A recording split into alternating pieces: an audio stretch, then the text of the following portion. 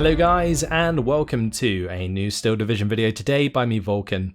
Today I have for you Game 4 in a best of 3 between Player and Walther in the semi-finals of the Steel Division League Code S. Now I do realise that I just said Game 4 out of a best of 3, and that is due to the rules of the tournament dictating that due to the third game being a draw, that these guys need to play again in order to determine the victor of this semi-final. So that's going to give us another game, which will hopefully be as epic as the last few have been. But today it's going to be Carpiquet, and on the Allied side, Player is using the Guards Armoured, and on the Axis side, Walther is using the Festung Gross-Paris.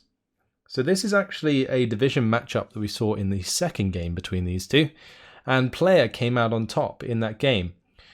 He was being pushed quite hard by Walther in the late game with the Panther Gs, but in general, Player was very aggressive early on and managed to find enough ground to hold on into that late game. This map, however, if it gets to the late game, I think Walther just straight up wins, because if the Panther Gs come onto this airfield, there isn't too much that Player can really do aside from Firefly and 17-pounder ambushes that will take out a Panther G, and that is troublesome. So Player's going to have to basically get as much ground as he can and really seal the deal early on in this game if he wants to basically win. In the early game, that is really where the Festung falls down. They do of course have access to the Puma, which can do quite a lot of damage if micro correctly. But Player of course has access to things like the Cromwell 7s and the Cromwell 6s. The Cromwell 6s can maintain the 1,200 meter range, especially on a map like Carpiquet, against pretty much every unit that the Festung has to offer. The Cromwell 7 can basically shrug off any AP value unit that the Festung has to offer. So those two units will be real power plays throughout the early game, and something that I really hope Player takes full advantage of. Now what Walther needs to do in the early game is take control of this town, because he does have the infantry to do that, and he also has the fire support weapons to help him out. So he's got things like IGs, he's got the B2, then he has decent infantry like the Beveraungs and the Landersschützen supported by the Feldgendarmerie. You know, he has the combination of units that is really, really strong for a town push on a map like Carpiquet. It's just he's going to have to be very careful as to how he manages the open ground, and that will come down to things like Panzerschreck ambushes, I would assume, potentially AT guns coming in from the side, especially like on the bottom side with these hangars. You could have an AT gun down here somewhere, or you could have an AT gun somewhere amongst these trees, which may allow him to shoot down and kill any armor that gets over ambitious. Let's have a look at some of the units going down though on the side of Player here. On the very bottom, he is actually going to be investing into both the Cromwell 7 and the Cromwell 6 that I mentioned. He's going to have the command there, and we have a unit of rifles. Further up, it's going to be a 6-pounder AT gun with the Humber Mark III and Recon. Going to be a couple units of motorized rifles, and then the rifles there. Actually, these are probably Bren group since they don't have the veterancy. Never mind, that has the veterancy because they're command.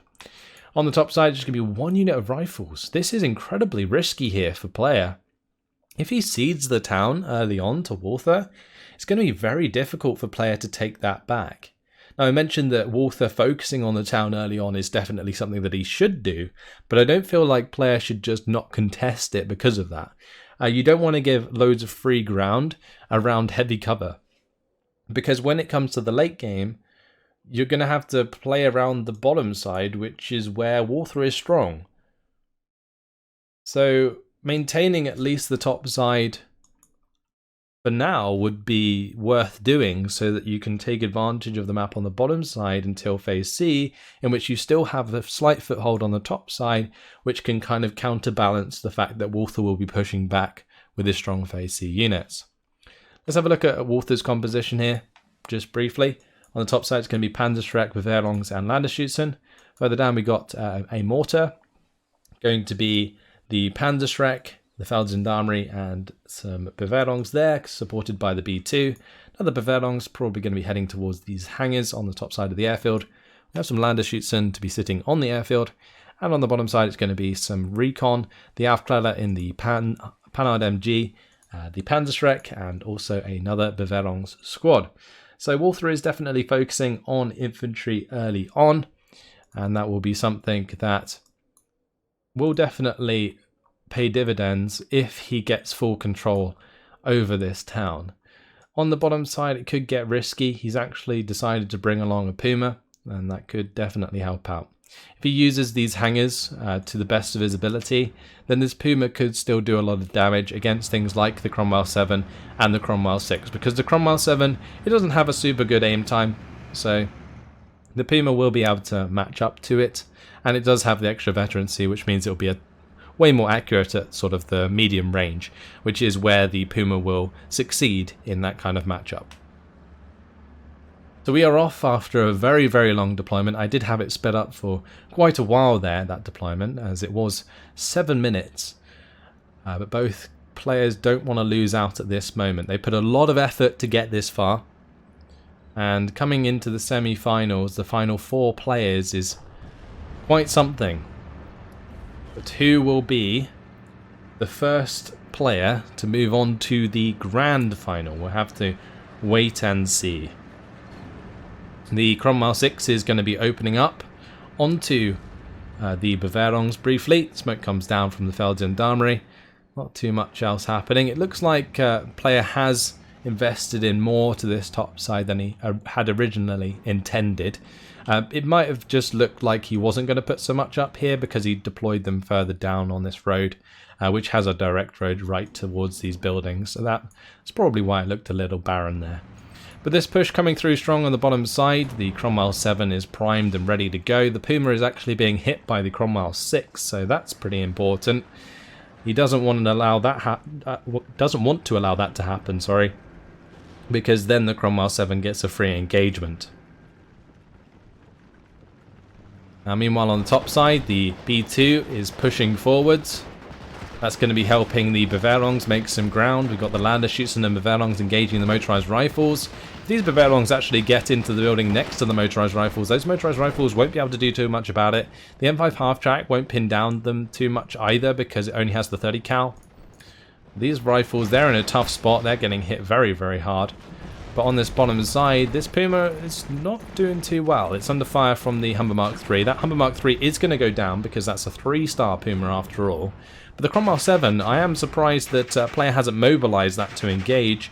He must be otherwise occupied with his micro on the top side of this map, whilst Walther is keeping that Puma out of trouble and exploiting it as much as he can.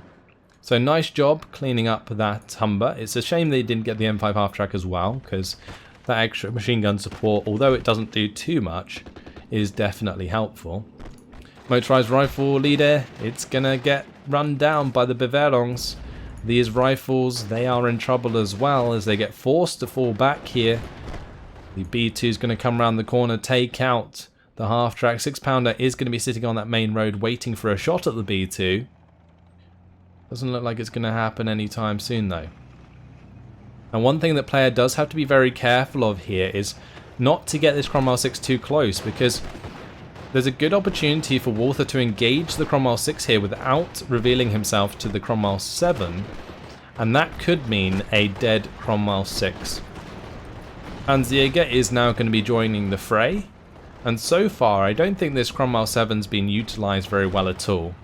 I think best bet would be to have either the Cromwell 6 or the Cromwell 7 in the middle of the airfield, and then the other one that isn't in the middle of the airfield attack from the bottom side here. Because then at least you have the 2 angles of attack towards things like this Puma and the Panzerjäger, and that's very important. Now the Humber Mark III has been brought in with the Recce here. That's going to be able to pin down some of these Beveraungs. 6-pounder though, that needs to get back into position as soon as possible, because the B2 will end up taking out the Humber Mark III otherwise. Now, I like the addition of the Humber Mark III on the top side here. That will assist the rifles and motorized rifles in taking care of the Beveraungs and Landerschützen. And since there's no armor to stop the Humber Mark III, it will be able to just run down those units. But there goes the half track as the Puma manages to sneak down and take that out on the bottom side. It's not the biggest loss for player, but every unit is kind of counting at this moment. Especially with the rifles falling back here. Is this Puma going to go for the push onto the Cromwell 7? We'll have to wait and see. Panzerschreck's fallen back. Actually almost used up all of its submachine gun ammo. But there we go. Humber now moving forwards. Going to pin down the Bavarians. And the motorized rifles and motorized rifle leader can definitely start to take advantage of that. Here comes the Stuart 6. That's going to be taking a shot at the B2. Crew wound onto the Stuart 6 there from the B2's main gun. That Stuart 6 is going to have to fall back into this orchard if it wants to stay alive. I think player's going to be lucky there, and the B2 will not get the kill for the time being. Meanwhile, on the bottom side, the Puma's chewing up the rifles, and the Cromwell 7 shouldn't be letting this happen. The Cromwell 7 could quite simply move down, force the Puma to move back, keep the rifles alive. It's really important that he does so, because he needs infantry to push in the hangars. Otherwise, how else is he going to deal with the Panzerschreck that he knows is here? He's seen it previously. But not pressing across the airfield here is like really detrimental to players' overall strategy in this game. He needs to make ground early on, else it's just not going to work.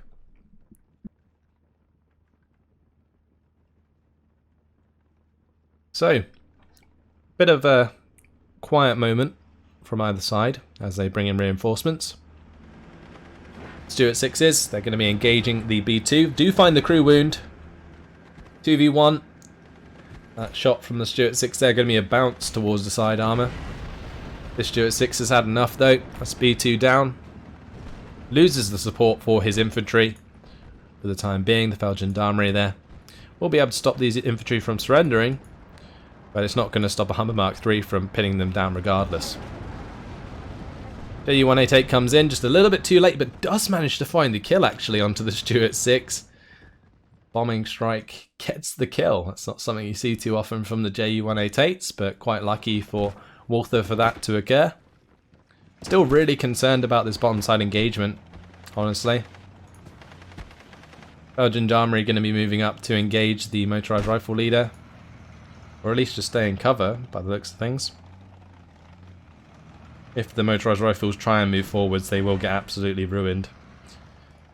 Panzerjäger, another one's come onto the field. There is now 2 of them here alongside the Puma.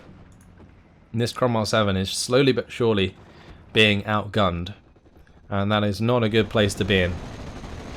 At least with one of the Stuart 6s left on the top side, player is going to be able to make some ground, because the Panzer 40 should not be able to kill the Stuart 6. Those two are engaging one another now.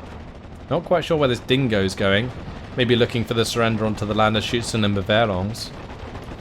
That's a driver wound. Panzer 40's not going anywhere anytime soon. Stuart 6 actually gets transmission damage. That critical there almost causing the Stuart 6 to have to fall back. I think the Stuart 6 will get the better of the Panzer 40. It did indeed. Motorized rifles, they're going to be falling back. M5 half-track. That was under pressure from the Panzerjäger. Did manage to get out of there. 6-pounder now in position. And I think a good idea would to be have the 6-pounder move forwards as far as it can. Then have the Cromwell 6 and Cromwell 7 push up onto the top of the airfield here, get a different angle, and really put the pressure on this bottom side.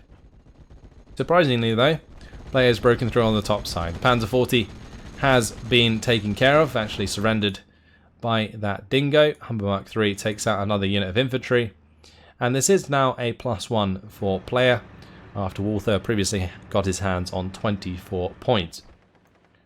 So player, he is going to want to control this lead, and the main way to do that is just kind of cement the salient on the top side. He is going to be able to do that with the motorized rifles. He's actually got them to the edge of the town, which is quite important. But now he's got to find a way to get past the Pak 38, which is otherwise going to be a very big issue. And I don't really see a way in which player can quickly take care of that. He might be able to bring in maybe a Spitfire and bomb or strafe it. That may be the way to deal with it. But for now, it doesn't look like his armour is going anywhere, and neither will his infantry with the arrival of the Panzer 40. So on this bottom side, it happened eventually. The Cromwell 6, sorry, did go down. No doubt the Puma jumped forwards briefly and took a shot alongside the Panzerjäger. There was a second Panzerjäger here, but it's actually fallen back, so Walther didn't even lose anything in that trade. He's just slowly but surely been picking off unit by unit on this bottom side. And I do find it very surprising that player has allowed this to happen. He invested the majority of his points into this bottom side. The Cromwell 7 and Cromwell 6 were in the picture from the start of the game. And that is very important to consider, because it would make you think that he would be focusing on that area where most of his points are invested. But it looks as though he's instead invested into the top side, or at least his sort of attention into the top side. And that's going to cause him to lose those important units on that bottom side. Now the Stuart 6 is going to save the motorised rifles from the Panzer 40, and with these motorised rifles in range of the Pak 38, he may actually be able to pin it down, so that's very important. However, there is a Ju-188 up, there could be a D520 that comes in and strafes this, but for now, with the motorised rifles putting pressure onto the Pak 38, it's only a matter of time until that is pinned. Now in the town, the Humber Mark III and the Stuart 6 here, able to provide ample support for the push onto the Bavarongs. This M5 half-track actually going to be surrendering a squad. Panzerjäger being forced to come over and engage the Stuart 6. Now the Puma and Panzerjäger heading to the top side. And will this Cromwell 7 do anything because of that? I don't think it can. In order to push with the Cromwell 7 in this position, he will require the use of infantry, especially to access these hangars. So the Cromwell 7 instead should either be pushing across the open, across this airfield, or heading to the town to assist. Because at the bottom, it has done nothing. And this is just the biggest problem with players' sort of play so far throughout this game. So the Stuart 6, it's going to be engaging the Panzer 1B. The M5 half-track has got the better of the Pak 38, so that's good. He's managed to find a way to deal with that AT gun. But how is he going to deal with a Panzer 4? That's the next challenge that he has to find his way through. Now, having said all of this, of course, player is in a good position. He has 57% territory lead. But in the back of my mind, all that I'm thinking is, if he doesn't make a +2 or even a +3 at the start of this game, he will lose to the late game power that Walther has available. And so far as well, he has not challenged the use of the Ju-188. He doesn't have any Spitfires or anything available yet to deal with those. And so that Air Force is just going to get stronger and stronger, and then combined with the strong Phase C units, this game could be over very quickly into the late game. So, looks like that bomber came in on the bottom side. It didn't do any damage to the 6-pound, but forced it back. Same with the Cromwell 7 and Dingo. They will recover and be able to put some pressure onto the Panhard, so we'll look to that. That will sort of even out things on the bottom once again and maybe push player to that +2. But look at this Panzer 4. It's quite simply sitting as a sentry on that top side, waiting for the Stuart 6 to reveal itself. ROA have now been brought in as support, and these will be able to do a lot of damage to the rifles at close range. That is, if the rifles don't engage them before they get into the buildings, but they will struggle to do so if the rifles are pinned down by the Panzer 4, and also, well, if the Stuart's dead. Now the rifles, they're going to try and use their grenades to take out the Panzerjäger here. And that Panzerjäger, it is in trouble if it allows those grenades to keep being fired at it. Player's really trying very hard to get one in the hatch, and he does manage to. Panzerjäger goes down. So he trades the Panzerjäger for the Stuart. But without the Stuart there, the Panzer IV is free to engage. Sherman 5 is on the way to fix that. But Walther also has a Stug 3 here that will be able to cover that top side if it manages to get forwards and past this tree line. And these motorized rifles, they are causing a little bit of a territory grab behind enemy lines, but probably not for long, as they will slowly but surely be surrounded. 2-inch mortar carrier is going to try and prevent the ROA from getting into the buildings. But that's going to be very hard to do without the actual positioning of infantry for himself. His Stug 3 getting very aggressive. Completely just fast moved it forwards. Now going to be looking to take out the 2-inch carrier here and the Humber Mark 3, whilst the Sherman 5 engages the Panzer IV. 2-inch mortar carrier has gone down. Sherman 5 will be able to prevent those ROA from getting into the buildings potentially. But it doesn't look like player wants the Sherman to focus on that. He's turned off all of the HE. Going to be going for this engagement with the Panzer IV, and I can't believe they have both missed this many shots at this range. Can the Sherman finally get the kill? It cannot. Can the Panzer IV? It does. Critical ammo explosion. That was a vital engagement here, because without the Sherman 5, the Panzer IV still being alive, player is in a lot of trouble. He doesn't have the armor to counter the Stug 3 and the Panzer 1B here. The Panzer IV can help the ROA continue their advance through this town. Very, very bad news losing that Sherman 5. But I am ultimately very surprised that player did not secure that kill with the Sherman 5. I feel like Walther got pretty lucky because the Sherman 5 was always getting the first shot off. Humber Mark 3 does go down because, again, no more tank to stop that from happening. M5 half-track coming in with the motorized rifles. Can the Piat hit the mark? It does not need to. It manages to pin down the Panzer, and it does get surrendered by the infantry passing by. But that infantry getting taken out before it unloaded is not ideal. This incoming Ju-188, that's going to make things very tough indeed. Going to pin down that infantry. It's also going to pin down the 17-pounder. And this is when your Stug 3 can just zoom through and surrender all the units that are standing in its way. Meanwhile, on the bottom side, we have a useless Cromwell 7 doing absolutely nothing. And in the town, well, Walther's starting to come back. The 17-pounder here, it's going to die in the face of the Stug 3. Rifles in this building have also now been revealed, and they will be taken out as well, no doubt. Those point-blank shots from the Stug.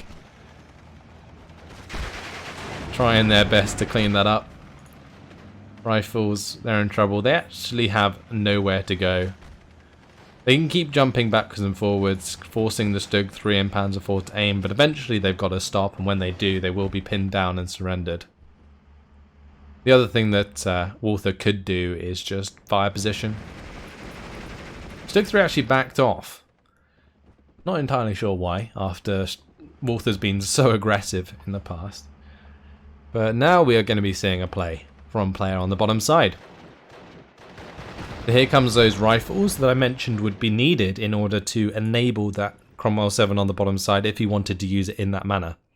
They finally arrived, but if we look at the timer on the clock, there is 1 minute and 15 seconds until a Panther G can be bought by Walther.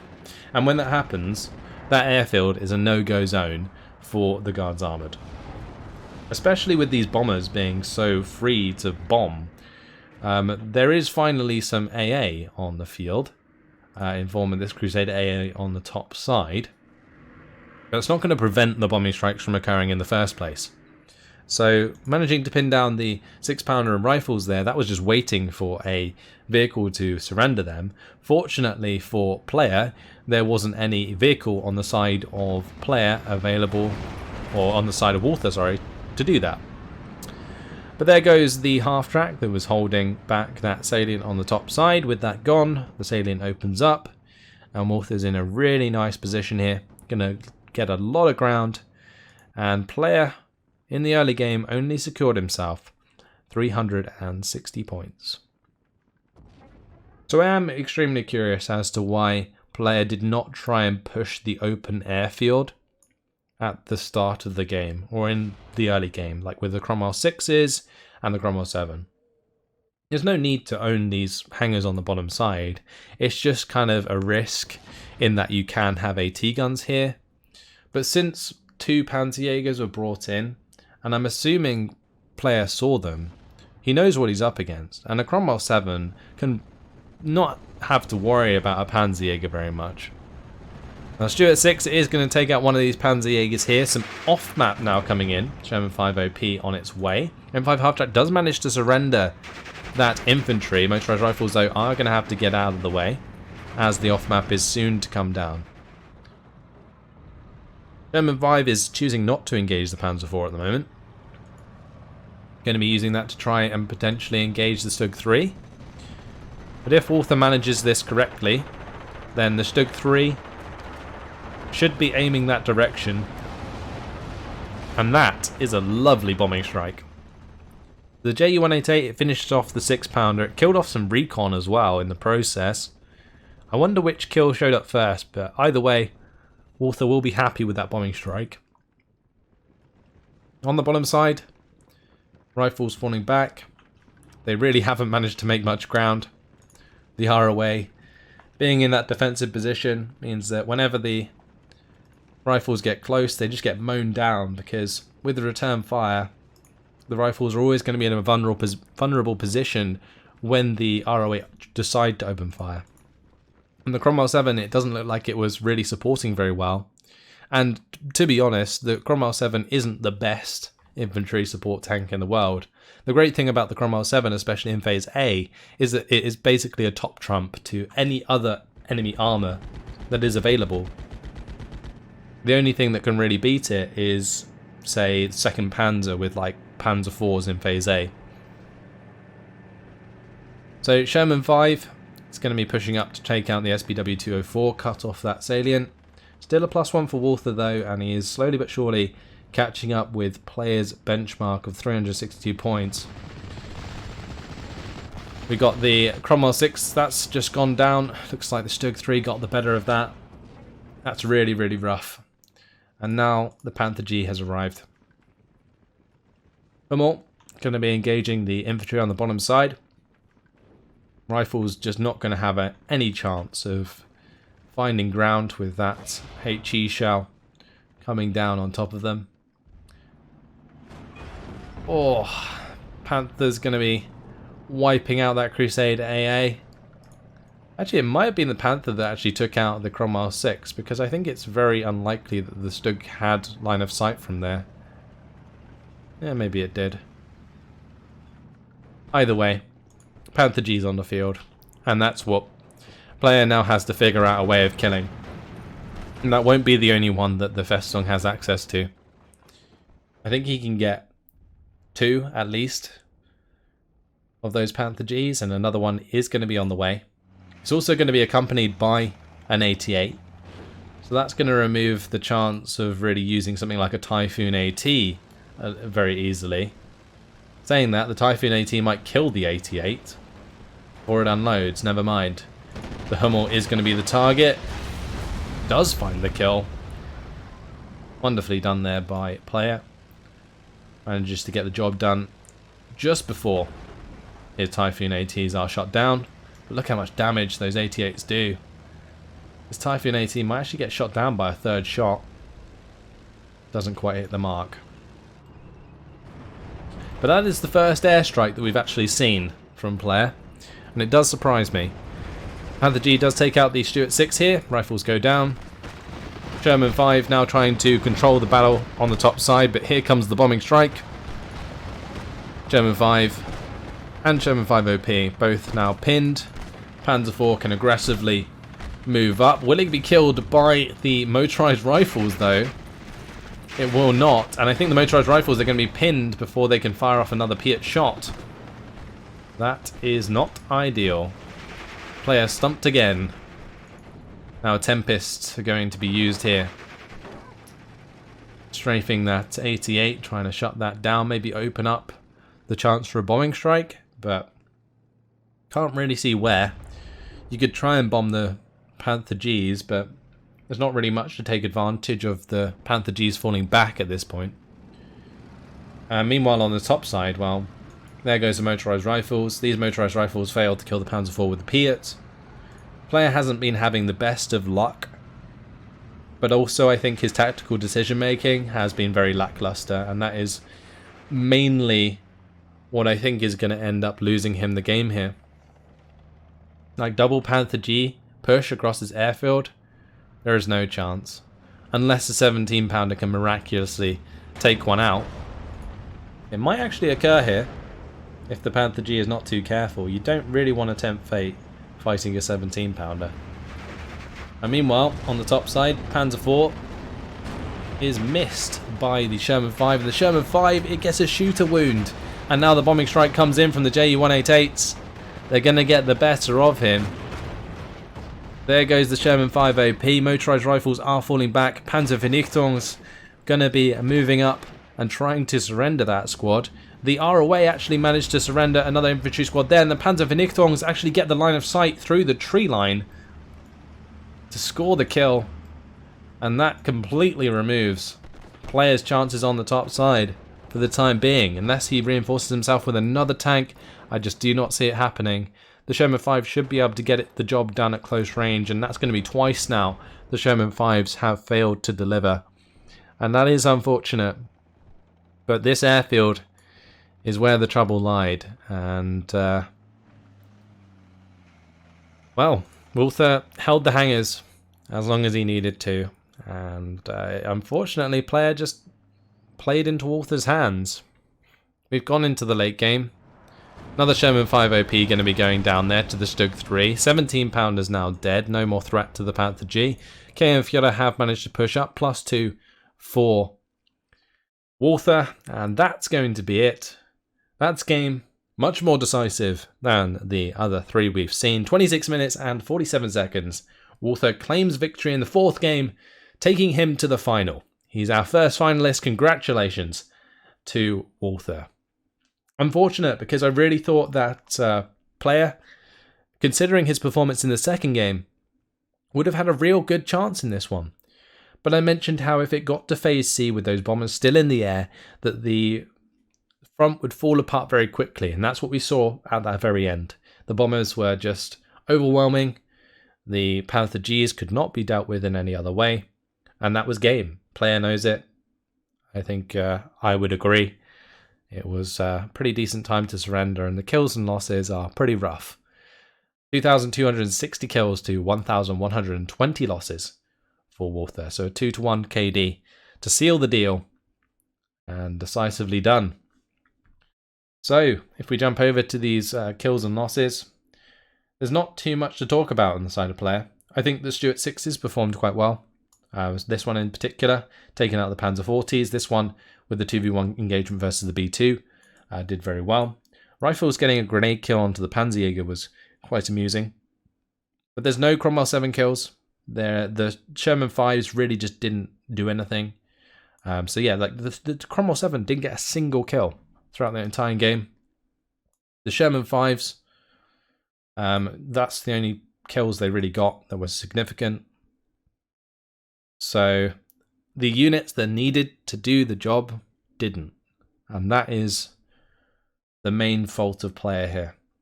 That Cromwell 6 on the bottom side I don't think got a kill either before it got killed. Let's find out what actually killed it. It was the Puma. The Puma jumped forwards, killed that Cromwell 6. Killed that Humber Mark III, killed the M5 half-track, killed the 2 units of rifles. All he needed to do. It dismantled the push that player was trying to make, and then player got distracted elsewhere on the map, focusing on that town engagement. Now the B2, it actually managed to push through quite aggressively. Didn't get too many kills, but I liked the positioning of it. Ju-188 finding the kill onto the Stuart 6 with the bombing strike was pretty decent, that's for sure. And luck was on the side of Walther, I'm not going to lie. But I don't think that that's really what swung the outcome in Walther's favour. I really don't.